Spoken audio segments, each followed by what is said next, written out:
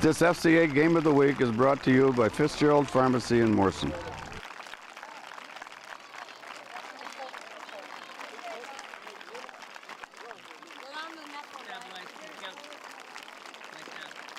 Football brings rivals Morrison and Fulton together, but on this night there's higher purpose as everyone involved looks to honor the memory of a Mustang teammate and friend who passed away earlier this week. The entire Sauk Valley bringing lots of love to that grieving community. A gut-wrenching week is capped off with a welcome distraction.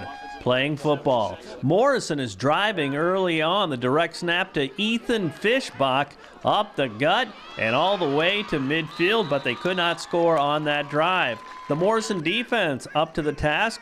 Ben Vanderlaan and Thomas Dykema dropped their man for a loss. Now to the second quarter, Fulton is on the move.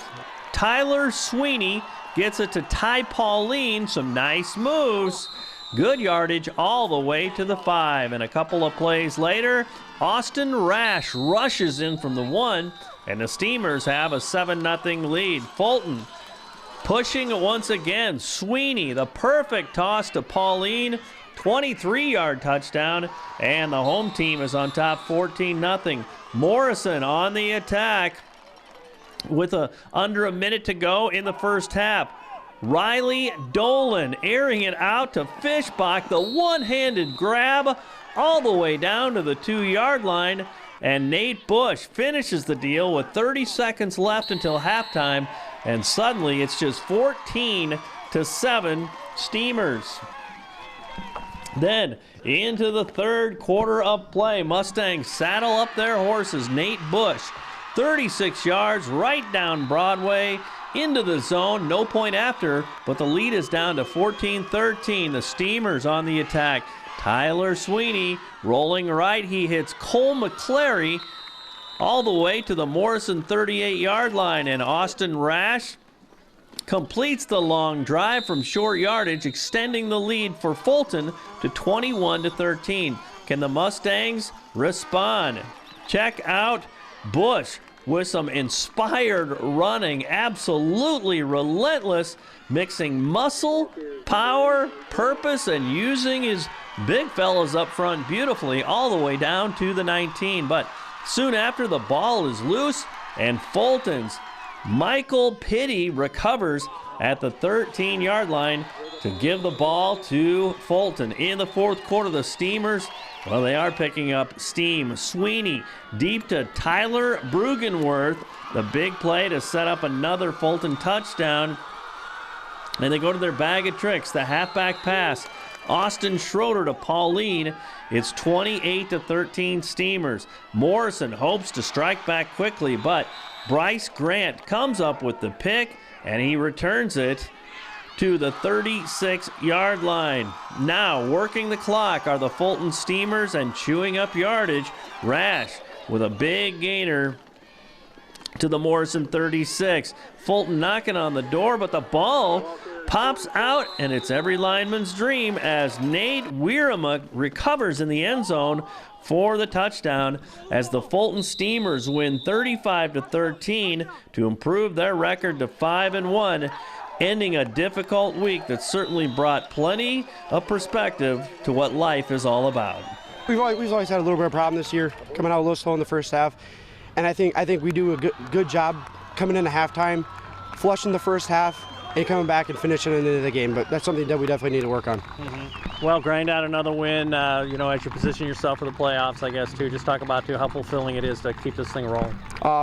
Coach has been telling us all week that five is the key number in the Illinois playoffs. We need 5 wins to even think about going to the playoffs, and we got that one. You guys are physical and tough. I mean, that's kind of where it starts with you guys, right? That's what we focus on in practice, is we going 100% and not letting the defense get a chance. This was a great win for us, and we came out in the second half and we really believed in each other, and we came out as a unit, and that's what we love as this team, is we can come out and we can finish strong. Tell me how important it is to, you celebrate, but realize you got to get better for, I'm sure, where you want to go a few weeks from now, too, right? Yeah, we take it 1 week at a time. Like next week, that's going to be the most important game of our week, and we got to keep going one at a time. What's been consistent week after week, do you think, that you guys have been able to do? To come together as a team and really practice and get better and better every week.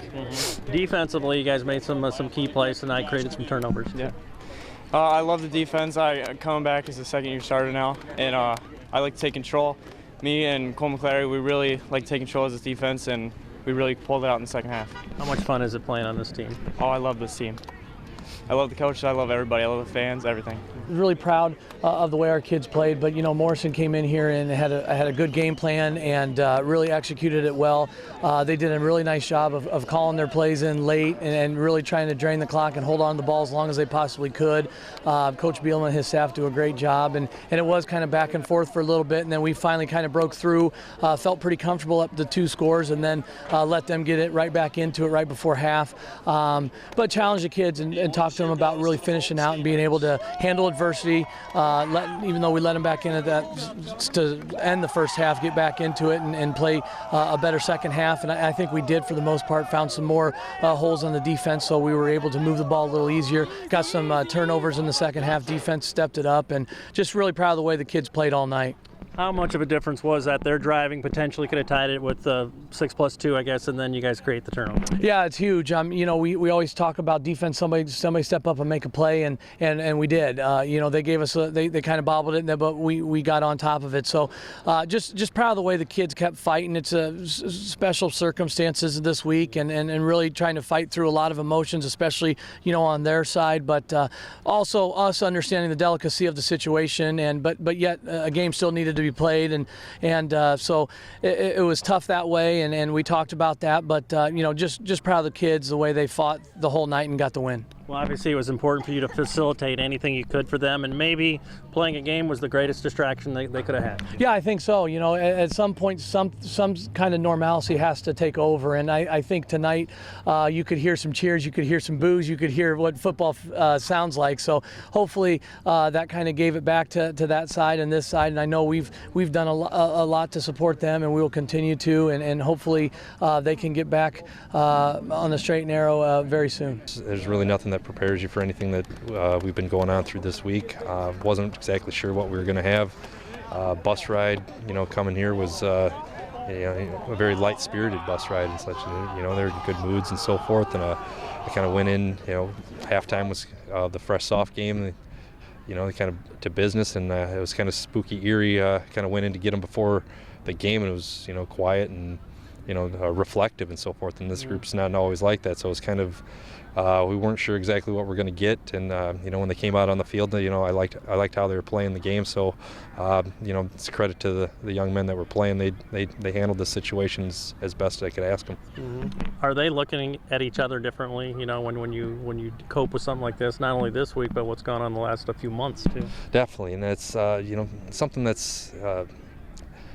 I suppose is a silver lining to see the way that they've reacted and helped. Like I said, Owen being a freshman, Peyton would have been a senior, so kind of the situation that happened this week kind of reopened the wound from March and so forth. And we had a lot of the upperclassmen kind of looking out after the younger guys and such. Kind of the younger guys kind of looking to the older guys for, trying to find answers in those types of situations and such. So it was. They did a great job of handling it, and I don't think anybody could have handled it any better than the way they did this week. Tuesday when I got the news, of course, it was horrible. The last thing I wanted to hear on a Tuesday, getting ready for a rivalry week, and it was a distraction all throughout the week. But I was looking forward to coming out here playing a good, hard-fought game against two communities that love each other and we're so close. And I'm glad what they did for us, and. It's just great that we got to come out here and play with the enthusiasm and heart that we did with each other. How much do you guys value life? You know what I'm saying? You guys have dealt with so much over the last 6 months, really, too, let alone this week. Yeah. We value life. We live life every moment. Like in the huddle, we always say, hey, you never know when it's going to be your last game, your last play, your last day. You never know. So live life to the fullest, play every snap to the fullest, get up every day. Be happy, live life, and have fun. It's Morrison. That's what we live by now. It's just losing 2 close buds, and even our stat guy that was really close with us. We just take that into consideration and know that life can then shorten. It's very unfortunate, but got to live life. Live life every day. Morrison has fantastic Fellowship of Christian Athletes huddles at both the high school and the junior high. Are you ready to start FCA at your college, high school, or middle school? To find out how, you can contact me or check out our website at illowafca.org. With this FCA Game of the Week, I'm Dan Pearson.